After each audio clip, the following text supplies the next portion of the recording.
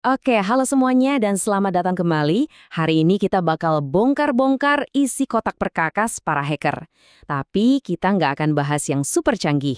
Justru sebaliknya, kita akan lihat alat-alat sehari-hari yang mereka pakai buat menyusup ke kehidupan digital kita.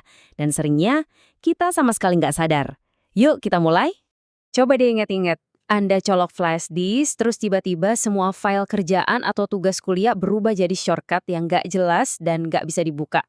Panik kan? Rasanya frustrasi banget ya. Nah, ini yang perlu kita sadari. Kejadian kayak gitu seringkali bukan sekedar error sistem biasa. Itu tuh sebuah tanda, sebuah jejak kaki yang sengaja ditinggalkan. Dan percayalah, itu baru pemanasan. Sekarang, kita akan gali lebih dalam lagi. Baik, kita mulai dari babak pertama dalam permainan para peretas, manipulasi. Yap, sebelum mereka bisa menyusup ke komputer Anda, target pertama mereka itu bukan mesin, tapi manusia, pikiran kita. Disinilah mereka memasang semua jebakan cerdas mereka.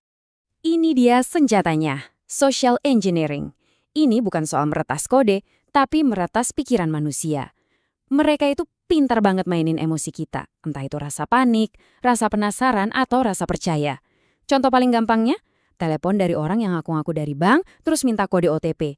Ingat baik-baik ya, bank yang asli nggak akan pernah, sekali lagi, nggak akan pernah minta kode rahasia Anda. Nah, kalau yang ini saya yakin Anda semua udah sering dengar. Phishing itu pada dasarnya adalah umpan digital. Mereka akan kirim email atau bikin situs web yang tampilannya mirip banget sama aslinya, nyaris sempurna. Tujuannya cuma satu, mancing Anda buat masukin username dan password di tempat yang salah.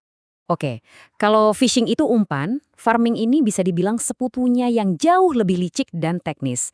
Gini bedanya, kalau phishing butuh Anda untuk salah klik link, farming ini bekerja diam-diam. Anda bisa loh ngetik alamat website bank Anda dengan benar, huruf per huruf. Tapi entah kenapa, Anda malah nyasar ke situs palsu. Ini jauh lebih bahaya karena lebih susah dideteksi. Jadi biar makin jelas bedanya ya, phishing itu intinya Anda yang salah langkah, Anda yang tertipu buat klik link jebakan. Nah, kalau farming, Anda nggak salah langkah sama sekali. Anda udah bener, tapi jalannya yang dibelokin tanpa sepengetahuan Anda. Yang satu karena kelalaian manusia, yang satu lagi karena sistemnya yang sudah diakali. Oke, anggap saja jebakannya berhasil. Anda nggak sengaja klik link atau download file yang salah. Terus, apa yang terjadi selanjutnya? Nah, disinilah kita masuk ke tahap 2. Saat para tamu tak diundang ini mulai masuk dan bikin kekacauan di dalam rumah digital Anda. Ini dia biang kerok klasik, virus komputer. Persis kayak namanya, dia butuh inang atau tumpangan buat nyebar. Dia nempel di file dokumen, di program, di mana aja. Pas Anda kirim file itu ke orang lain, misalnya lewat flash disk, ya virusnya ikut nebeng. Ingat kan cerita soal file jadi shortcut di awal? Nah, inilah salah satu pelakunya.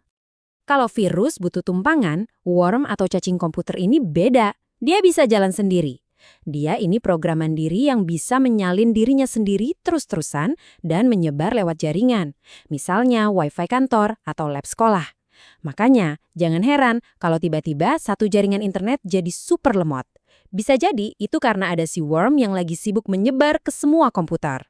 Nah, yang ini namanya diambil dari legenda Yunani kuno. Dan cara kerjanya, ya sama liciknya. Umpannya adalah sesuatu yang kelihatan menarik dan berguna. Misalnya game gratis atau aplikasi edit foto keren. Anda download, Anda install, dan aplikasinya beneran berfungsi. Tapi tanpa Anda sadari ada penumpang gelap yang ikut masuk. Program jahat yang terinstal diam-diam di belakang layar. Spyware, sesuai namanya, tugasnya ya jadi mata-mata digital. Begitu berhasil masuk, dia akan duduk manis di latar belakang sistem. Merekam semua yang Anda lakukan. Setiap huruf yang Anda ketik, setiap situs yang Anda buka, bahkan password yang Anda masukkan, semuanya dicatat dan dikirim ke si peretas. Serem banget kan? Oke, kita udah lihat jebakannya, kita udah kenalan sama para penyusupnya. Sekarang kita sampai di babak akhir, di tujuan utama mereka. Inilah skenario terburuknya, di mana peretas gak cuma ngintip lagi, tapi benar-benar mengambil alih kendali atas data dan perangkat Anda. Ini bisa dibilang penculikan digital. Ransomware masuk dan mengunci semua file penting Anda. Dokumen, foto, video, semuanya dikunci dengan gembok digital yang super kuat. Filenya masih ada tapi nggak bisa dibuka. Dan satu-satunya cara buat dapat kuncinya, Anda harus bayar uang tebusan ke si penculik. Coba Anda bayangkan, pagi-pagi mau kerja, nyalain laptop, dan yang muncul malah pesan kayak begini. Jantung langsung berhenti beretak kayaknya ya. Semua hasil kerja keras, semua kenangan digital Anda tiba-tiba disandra. Ini nunjukin betapa brutal dan dampaknya serangan ransomware itu. Kalau malware lain, itu kayak perampok yang dobrak pintu depan. Backdoor ini ibarat kunci duplikat yang disembunyiin di bawah keset.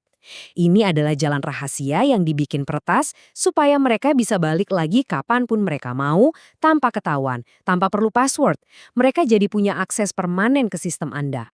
Di skenario ini, komputer Anda diubah jadi zombie.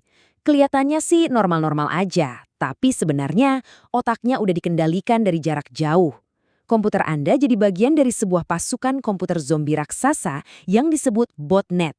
Pasukan ini bisa diperintah buat ngelakuin apa aja, dari ngirim jutaan email spam sampai melumpuhkan website besar.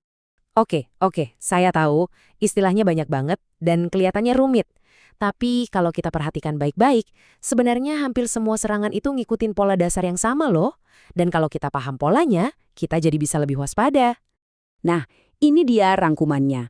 Coba bayangin kayak sebuah corong. Selalu dimulai dari atas, dari jebakan. Tujuannya adalah menjaring korban sebanyak mungkin, begitu ada yang kena pancing, prosesnya turun ke tengah, penyusupan, di mana malware masuk ke perangkat.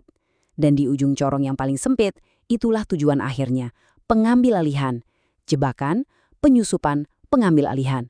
Selalu 3 langkah itu. Jadi, apa pelajaran yang bisa kita ambil dari semua ini? Intinya sebenarnya sederhana. Pertahanan pertama dan terkuat kita itu bukanlah antivirus paling mahal. Pertahanan terbaik kita itu ada di antara kedua telinga kita. Kesadaran. Tahu soal ancaman ini dan cara kerjanya itu udah setengah jalan menuju aman. Kesadaran adalah antivirus terbaik. Yang pasti, dunia keamanan siber ini akan terus berubah. Para peretas itu kreatif, mereka nggak akan berhenti cari cara baru. Jadi pertanyaan pentingnya bukan apakah kita aman sekarang, tapi bagaimana cara kita supaya bisa terus selangkah lebih maju dari mereka. Nah, itu pertanyaan yang saya ingin tinggalkan untuk Anda renungkan. Terima kasih sudah menyimak, sampai jumpa lagi.